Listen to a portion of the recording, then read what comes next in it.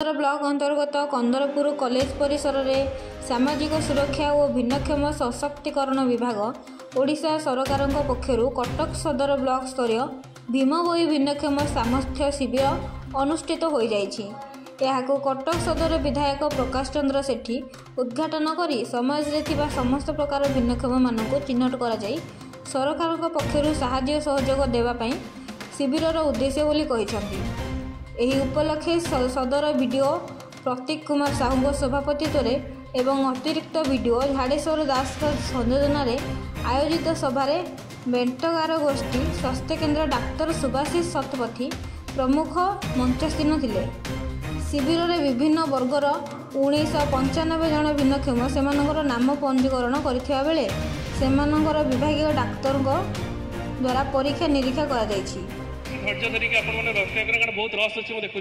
तो ये समस्त अनुरोध कर समस्त धैर्य सहकार अपेक्षा करेंगे समस्त पाड़ी आसो आ बीबीएस कैंपटा एसएससीपीटी डिपार्टमेंट तो बहुत बड़ योजना जो डॉक्टर मैंने आप घर पाक आसुँच प्रति ब्लॉक सब भिन्न भाई माने माँ माने जो योगदान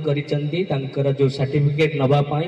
जहाँकि भत्ता योजना सामिल होगापाई जहाँकि आमर आवश्यक होची सरकार योजना जो अच्छी तादे समस्त सामिल करवा आमर होची कर्तव्य। बहुत लोग जानी पारती ये कैंप पड़े किंतु एथरिक मु समस्त कमी सब ग्रासरूट लोक जानतु जे कैंप पड़ुची जहाँकि दूर को न जाए पाखे जहाँकि उपस्थित रही सहजरे किपर स्कीम की लाभवान करंतु जहाँकि से सबुबले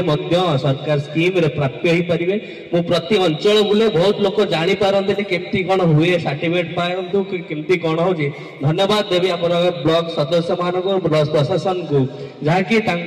प्रयास रखिंट जारी यही प्रतिवर्ष जारी रतिवर्ष कार्यक्रम हम गोटे व्यक्ति किपर एदरू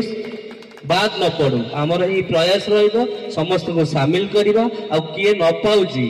कतिर किपर योजनाटा पहुँचो ताकू आनी व्यवस्था करवा एवं टाइम अच्छी आपण कतिर किए कौटी रहीगले तुरंत पदक्षेप नहीं आणतु आठेकर जहाँ व्यवस्था अच्छी ता सहित आ विभिन्न प्रकार व्यवस्था मुझे डॉक्टर साहब को कही जहाँ भी टिके देखिकी समस्त जेन्युइन जहाँ से करतु जहाँकि उपयुक्त व्यक्ति जब बाद न पड़तु से आम प्राधान्य दवा कथा आ समस्त ये योगदान कर समस्त धन्यवाद दूसरी। Thank you all of you. Thanks. Cuttack Sadar Afsar Ali report Times of Kalinga.